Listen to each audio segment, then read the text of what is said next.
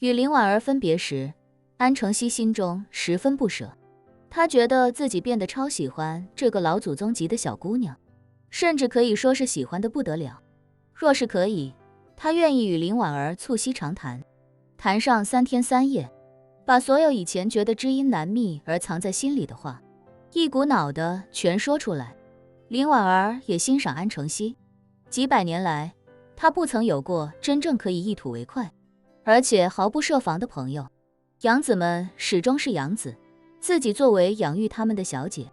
虽然会告诉他们一部分自己的秘密，但毕竟还是有着辈分与身份的差距。作为一个传统的华夏女人，她必须要端起为母则刚的姿态，而面对叶晨，她又因叶晨救过自己的命，以及自己与叶晨有肌肤之亲，所以始终在叶晨面前自降身份。安承熙算是这些年来第一个真正和自己在一个维度的人。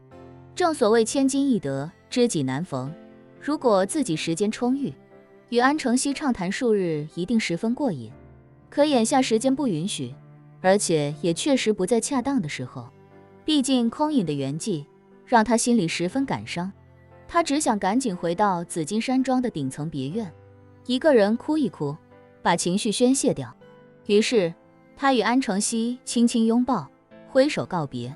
安承熙满脸不舍地叮嘱他，前辈要多保重。林婉儿也轻轻点头，嘱咐道，叶夫人也一样，多加小心，咱们后会有期。安承熙恭敬地说道，后会有期。孙姐、唐四海以及景清法师都毕恭毕敬地看着林婉儿，齐声道，前辈请多保重。林婉儿看着景清法师，开口道，正平的身后事，还请景清法师多费心。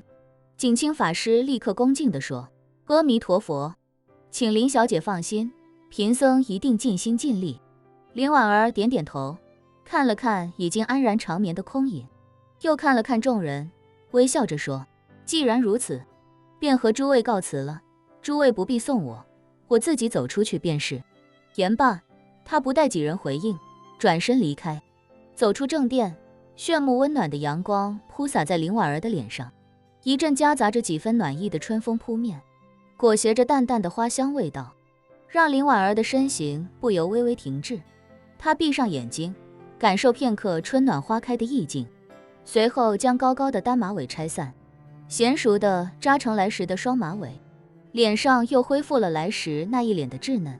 虽然心情依旧沉重，但树梢新发的绿芽，以及两侧花坛中抽出的花骨朵，让林婉儿又一次感受到了生命的力量与意义。生命就是每到春暖花开时，总有新树发芽，也总有鲜花绽放。只是那些在上个深秋寒冬凋零的花草，已经一去不复返。正是龚自珍诗中所写的那样，落红不是无情物，化作春泥更护花。植物都这般代代相传，人类作为已知生命中的最高存在，更是如此，一代又一代，前赴后继，继往开来。作为他养子的斋藤正平虽然走了，但作为日本佛学大师的空隐却会一直存在下去。空隐此生虽未能悟道，但将来一定有人受他启蒙，遁入空门，又在浩瀚佛法之中开会悟道。迈步走出金阁寺的那一刻，身后传来悠扬浑厚的钟声，那钟声一声连着一声，一连响了好几声，都没有要停下来的意思。寺院之中，正各司其职的僧人，在钟声超过13声的时候，纷纷顿住身形。金阁寺的钟声极少响起，只会在重大日子那天用来报时，而报时的钟声不会超过12声。一旦钟声超过12声，所有寺中僧人都必须放下手中的事情，即刻前往正殿，因为这钟声会一直撞响9981声，而钟声意味着住持圆寂了。日本的僧人虽然世俗化更多，但金阁寺的僧人在空隐的影响下，虔诚度比一般的日本僧人要高得多。他们在佛法之中如摇曳的扁舟，需要一艘醒目的旗舰指引，而空隐便是那艘旗舰。现如今空隐圆寂，对这些虔诚度很高的僧人们来说，就如同在茫茫大海之上失去了引领。许多僧人已经情不自禁地流着泪，快步走向正殿。几百名僧人都红着眼睛，一言不发地向着正殿快步走，碎步跑。他们不敢狂奔，是因为不敢扰了住持往生西方极乐。听到钟声的林婉儿再一次停住脚步，她的思绪回到了100多年前的京都城。那时候她的宅邸距离金阁寺并不算远。有一日，她带着孩子们在宅院中赏樱，跟他们讲述樱花的历史，告诉他们，在日本随处可见极受追捧的樱花，其实是1000多年前的奈良时代从华夏引入，而那个时期华夏正值盛唐。就当孩子们纷纷就着这段历史发问的时候，金阁寺的钟声也如今日这般延绵不绝地响彻京都。孩子们问他，金阁寺的钟声为什么一直响个不停时，他告诉他们，9981声钟鸣，意味着久久归真。日本佛教源自华夏，华夏佛教经过将近2000年的沉淀以及本土化发展，也融合了华夏古人的许多智慧。华夏古代的易经将九视为最大的阳数，换句话说，九也是十进制里最大的个位数，